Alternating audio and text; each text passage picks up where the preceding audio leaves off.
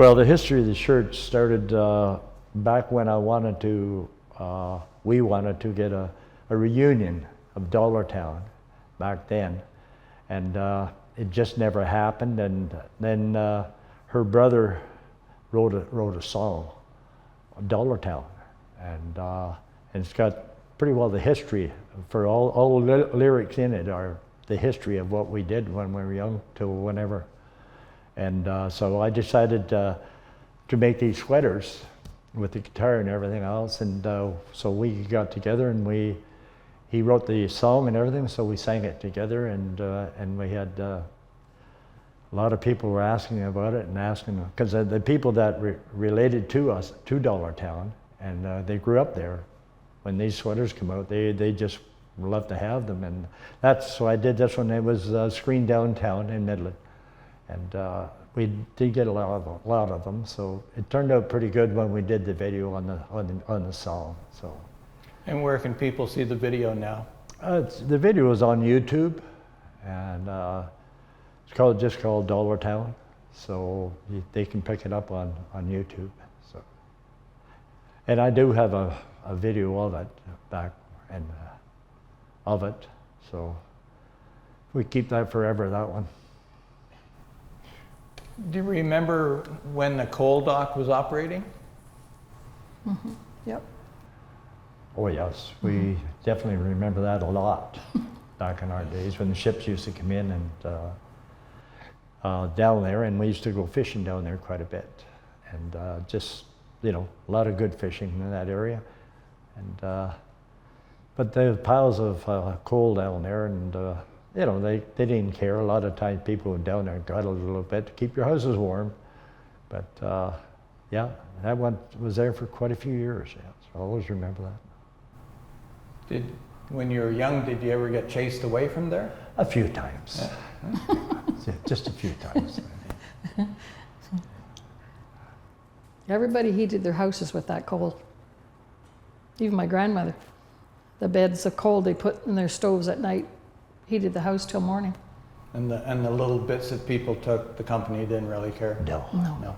It's so minute, it didn't really matter to them, you know. But and we did travel down on the railroad tracks and picking up coal too down that way, because they used to come in there, you know, and they're moving back and forth, and you used to get a lot of coal comes off the trains and everything, you know. So yeah, sometimes we hit it lucky.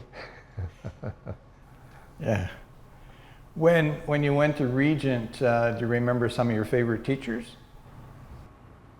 Mr. Barnett, Mrs. Bell, do you remember? She lived on Ellen Street, Mrs. Bell, Mrs. True. She taught grade 1, Mrs. Bell taught grade 2. Mr. Barnett taught me in grade 8. And did you know Mr. Barnett? Yeah, he's a lovely man, beautiful man. Then he became a high school counselor or something. Counselor, yeah. Guidance counselor. Guidance counselor, yeah. Mm-hmm. Yeah. When you were young, what did you do for entertainment in Dollartown? That was wonderful. Back in those days, you want to say something, or I will, but back in those days for entertainment,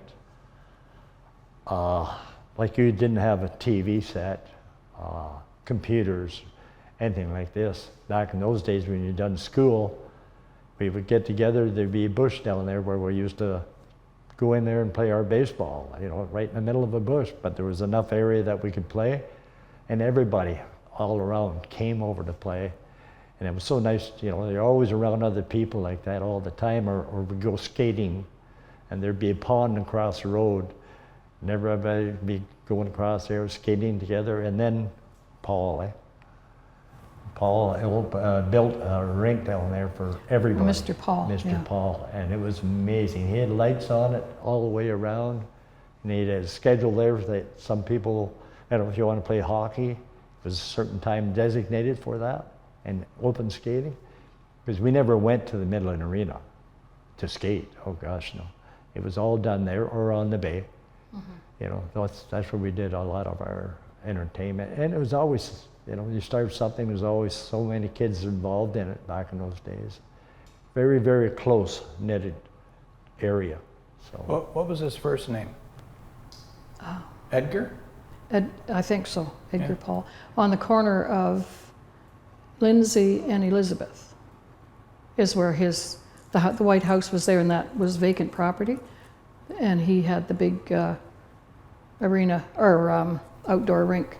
Did he have children? Or did he do it for all the children? he For the children. did it for other, you know, the area. Yeah. That was a lot of work for him to do, because it was a good size, not just a small rink, with boards all the way around it and everything, where you can play hockey on it, no problem at all. And lights. And lights at night. You know. It Where the was Sacred Heart School is, that used to be a field with cows in it. And when we grew up, the cows were in that field. You know, it was quite Yeah, back horse. in the day.